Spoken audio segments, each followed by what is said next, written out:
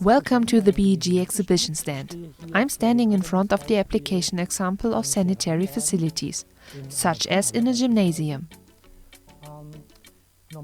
Normally, motion detection is based on passive infrared technology. This assumes that there's a heat source that radiates heat.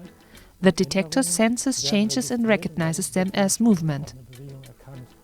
However, in some applications it is also useful to use other technologies, such as RF technology, radio frequency technology, or also acoustic sensor technology. As an example of acoustic technology, we have used the wall detector here, the Indoor 180, which additionally has an acoustic sensor integrated.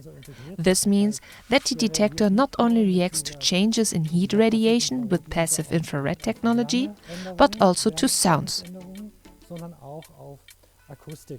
For example, if you are outside the detection range of the passive infrared sensors, you can still use sounds to ensure that the light stays on.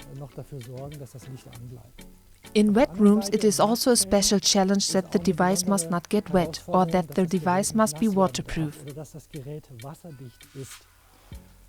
It is possible to install the device in such a way that it does not get wet in the first place. We have illustrated this using RF technology.